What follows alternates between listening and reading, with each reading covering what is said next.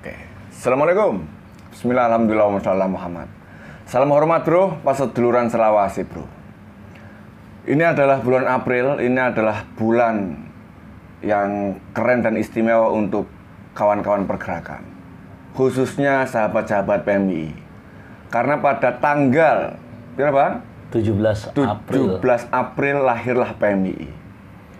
Dan sahabat-sahabat PMI, ini ada lagu yang fardu kifayah untuk dihafal oleh sahabat PMI. Karena fardu A-nya kan Maras PMI, yaitu Embun 17 April. Dan orang di sebelah kanan saya adalah oknum yang menciptakan 17 April. Dengan Bang Pacun, senior saya, mohon izin Bang, luar biasa. Terima kasih udah nongol di segmen ngonak. Ngobrol enak Bang. Waduh. Iya. Bang, emang enak. Harus dienak-enakin hidup Bang. Iya. Nah supaya enak nih koreknya nanti Bang.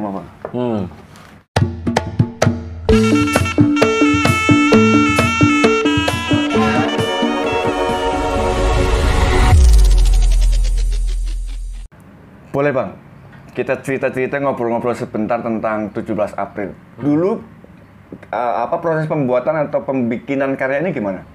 Iya, tadi dari pertanyaan Bang Kancil ya. Siap. Ya, di acara ngonak ya ngobrol enak. Dari namanya dan singkatannya sesuai lah. Memang enak-enak gitu. Yang enak-enak aja. Kalau dibilang kok bisa-bisanya gitu. Ya, jawaban singkat awalnya harus dibisain. Dibisain kenapa? Karena waktu itu nggak ada motif apa-apa ya, cuma niat apa nih ya yang bisa manfaat ya buat warga pergerakan ya gitu.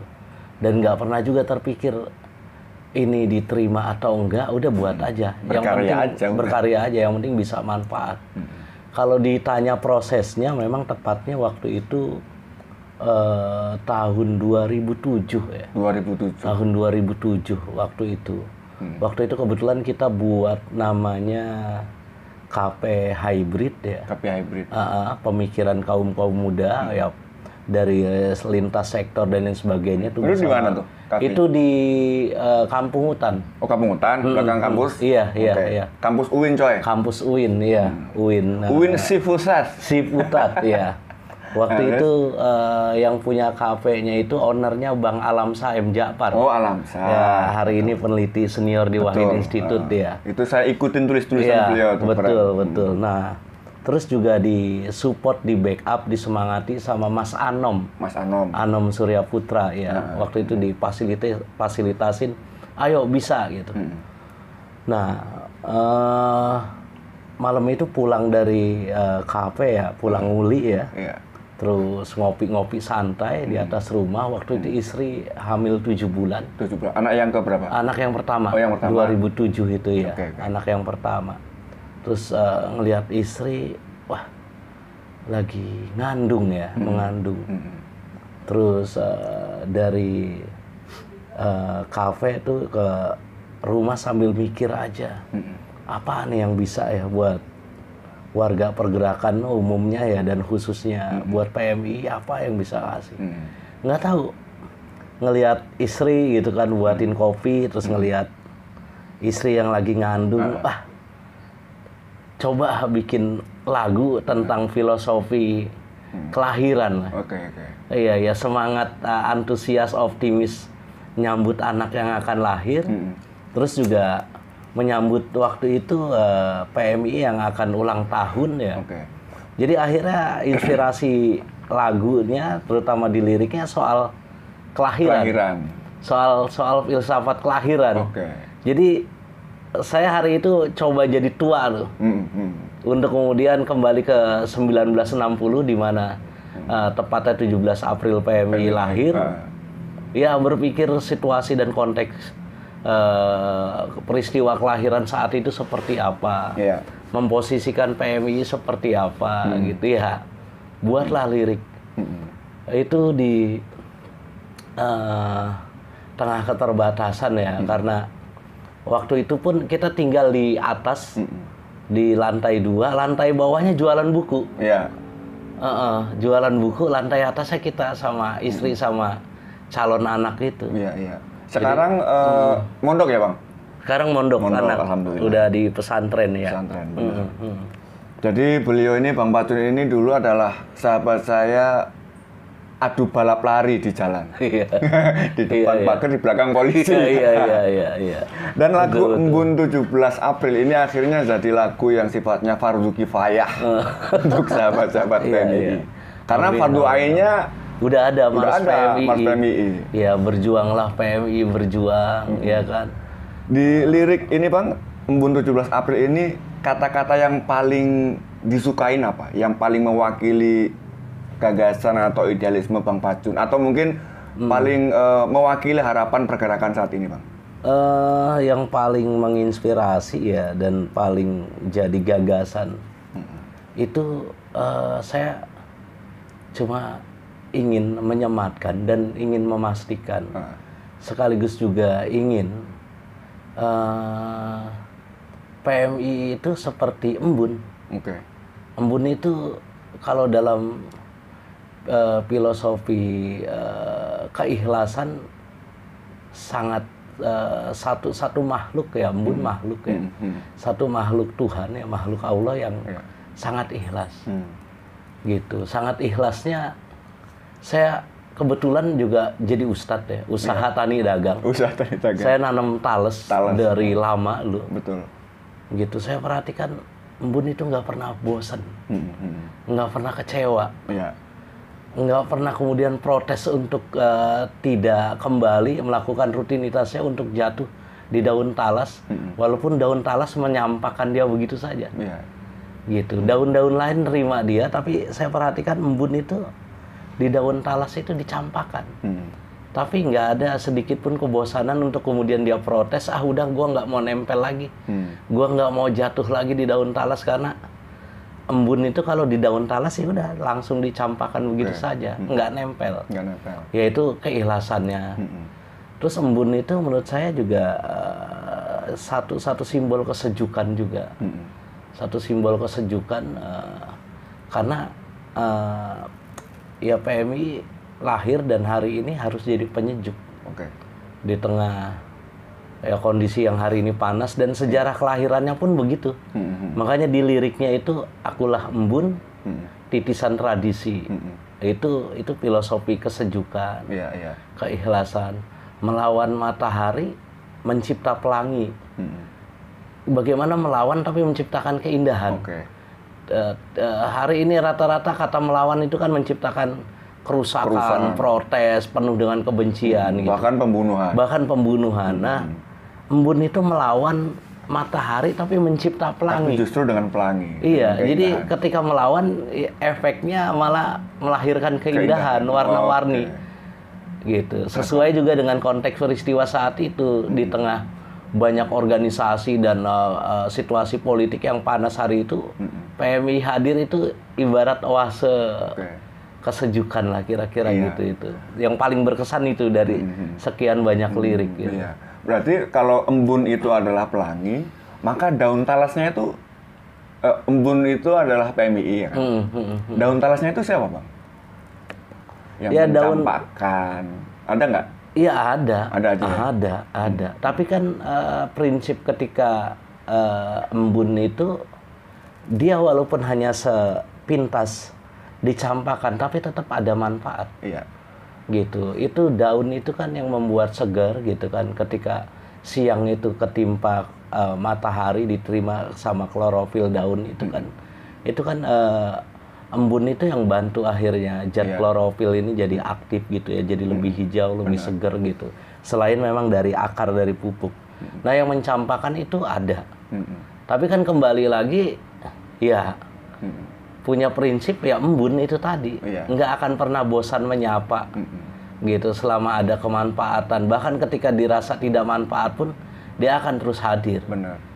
Jadi kalau sekarang ada kader atau warga pergerakan yang dengan konteks hari ini terus langsung mudah kecewa, mudah putus asa, yang jadi daun talas, gitu, terus dia nggak mau tempel dengan embun, ya itu belum jadi generasi embun. Iya. Ya, itu kan dinamika organisasi kan gitu. Iya.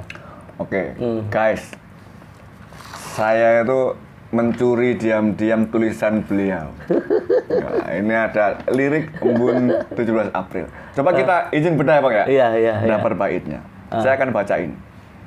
Akulah embun titisan tradisi, melawan matahari mencipta pelangi. Akulah hujan titisan sang wali, melumat kata menumbuk duri. Titisan sang wali. Waduh, ini berat nih. Atau bisa dibilang berat, bisa dibilang ringan, karena secara tradisi kita juga dekat dengan hazanah-hazanah luhur para wali gitu. Para wali. Tapi mungkin Bang Pacun ada tafsir yang lain, Bang. Ya. Ini wali apoy atau lagi-lagi tadi ya mencoba menyederhanakan mungkin sesuatu yang orang anggap sulit gitu ya. Hari ini kan kebutuhan di masyarakat kita itu kalau bisa sederhana, disederhanakan, kenapa harus dipersulit? Benar. Karena hari ini kadang ada orang ingin kelihatan keren, ingin kelihatan pinter, ingin kelihatan intelek. Terus coba sesuatu itu yang sederhana dibuat sulit. Iya. Kalau ada yang gampang, apa nih bikin susah? Iya, gitu aja kok repot.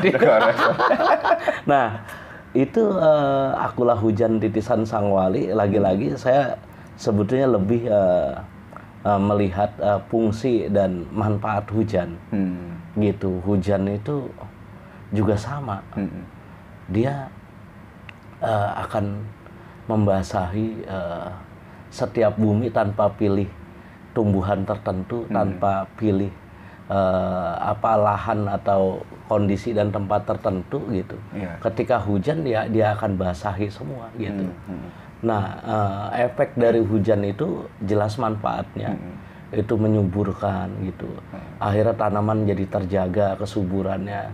Terus kehidupan tetap terjaga dan lain sebagainya. Nah, itu titisan sang wali, karena nilai atau manfaat hujan itu yang saya bayangkan ya seperti manfaat kehadiran para wali di Nusantara kita ini gitu. Itu wali-wali itu hujan. Dia nggak bawa api, itu bawa hujan. Dan hujan itu setiap kali hujan alhamdulillah berkah gitu. Ya saya kok jadi saya ya. Padahal itu janjiannya gue. Ya udah, gue melihat wali ini seperti hujan.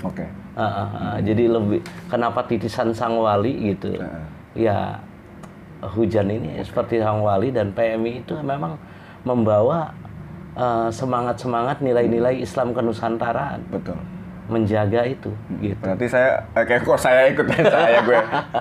Jadi kalau gue nangkep tuh Bang, bahwa di bait pertama itu pesan yang terdalamnya itu adalah melawan matahari mencipta pelangi. Seperti halnya para wali. Iya. Dan sesuai dengan konteks kejadian pada hari itu, di tengah situasi yang panas, PMI hadir memberikan warna baru. Betul.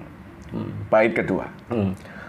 Engkau adalah mata air suci, bertahan giring arus globalisasi. Engkau adalah bintang pemimpin negeri, bekerja tabuh genderang demokrasi. Wah.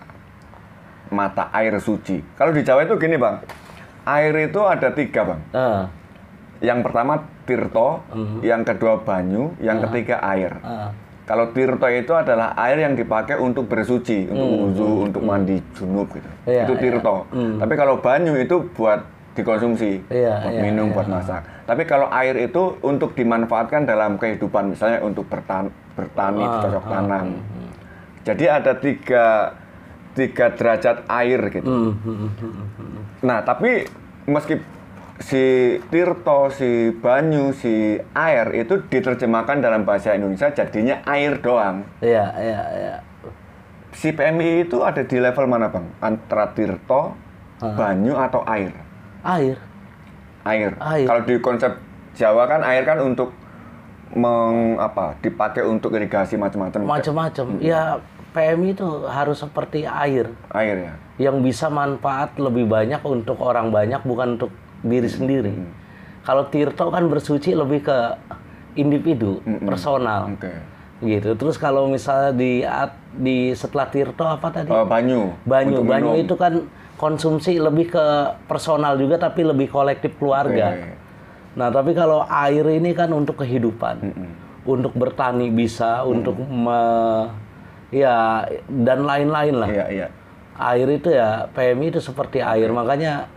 Jadi efek manfaatnya tuh lebih meluas. Lebih meluas. Ya? Oke. Nah, mata air suci itu, engkau adalah mata air suci, bertahan giring arus globalisasi ya. Itu sebetulnya masuk ke fase sekarang nih. Gitu.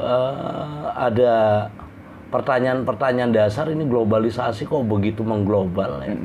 Terus kita gimana nih sikap kita? Melawankah? Atau ikut? Melawan globalisasi nggak mungkin bisa. Globalisasi itu udah jadi sebuah keniscayaan. Yang nggak bisa kita tolak dan kita hindari. Gitu.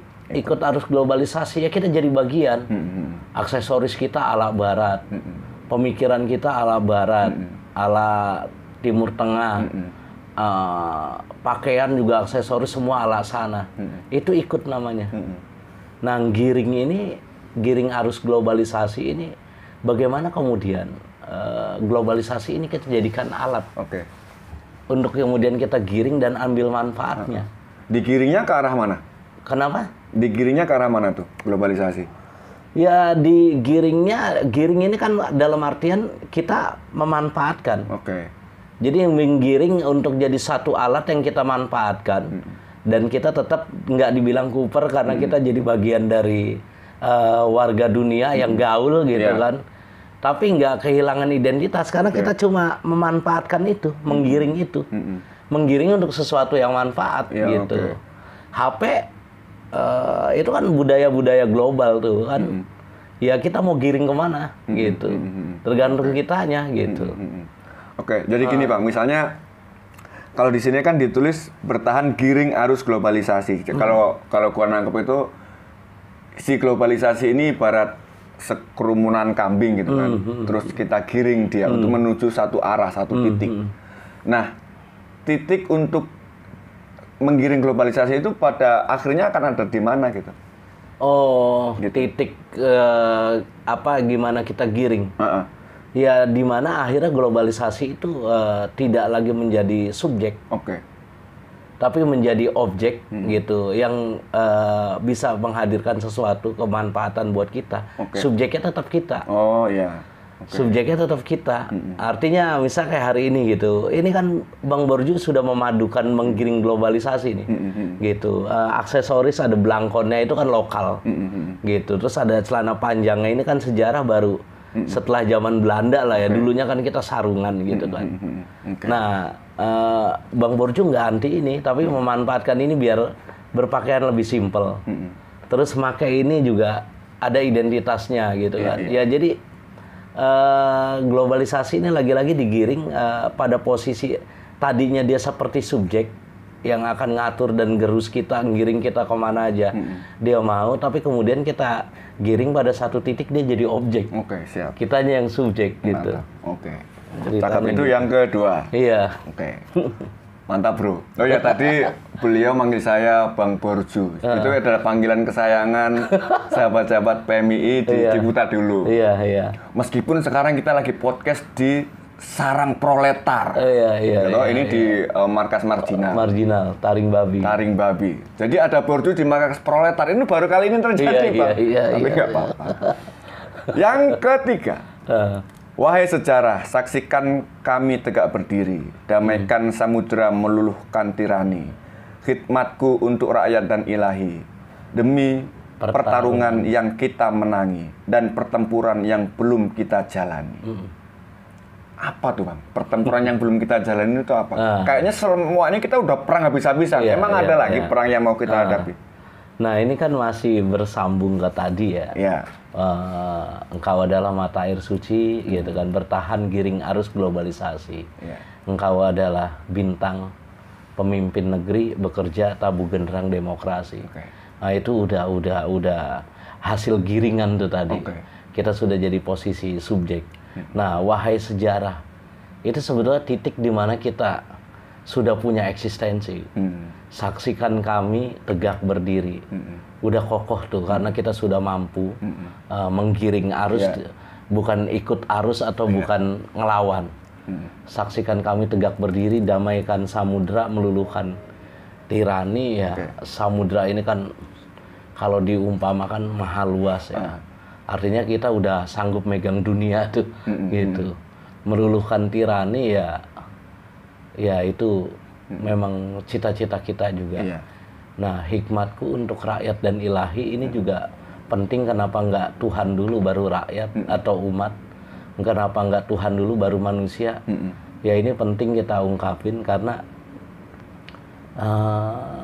ini jembatan kita, gitu. Ini jembatan kita, jembatan kebermanfaatan kita itu di sini, yaitu untuk rakyat, untuk umat, ya untuk manusia, gitu. Baru kemudian itu menjadi sebuah nilai. Kita bermanfaat apa enggak nanti pertanggungjawaban kita depan ilahi kita, gitu. Nanti tanya jawabnya langsung di sana. Tanya jawab di sana, gitu. Manfaat apa enggak kan yang katanya ngomong tangan, ya kan gitu, nggak bisa, benar, gitu. Benar.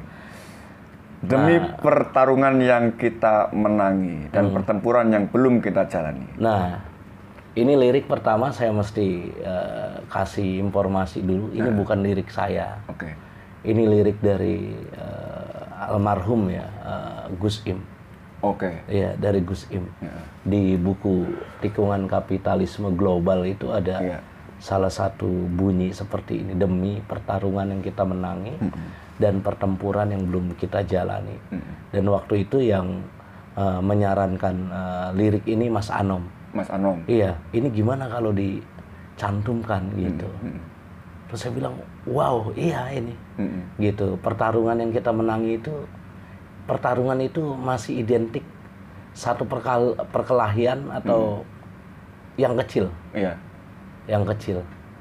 Nah, yang kita menangi, mungkin waktu itu saya berpikir gini, oh iya, gue udah melakukan pertarungan kecil nih di saat orang lain gak bisa kuliah, walaupun gue dengan susah payah harus jual gorengan, harus bikin aksesoris pesanan buat yang kakaknya pada nikah apa gitu. Gue harus harus bertarung dengan itu, dan gue mampu memenangkan karena alhamdulillah walaupun lama gue beres kuliah. Terus walaupun lama juga dapat jodoh, alhamdulillah ada yang mau. Itu pertarungan kecil.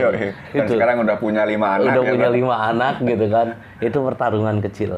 Gitu, yang kita menangi. Dan pertempuran yang belum kita jalani, makna pertempuran ini kolosal.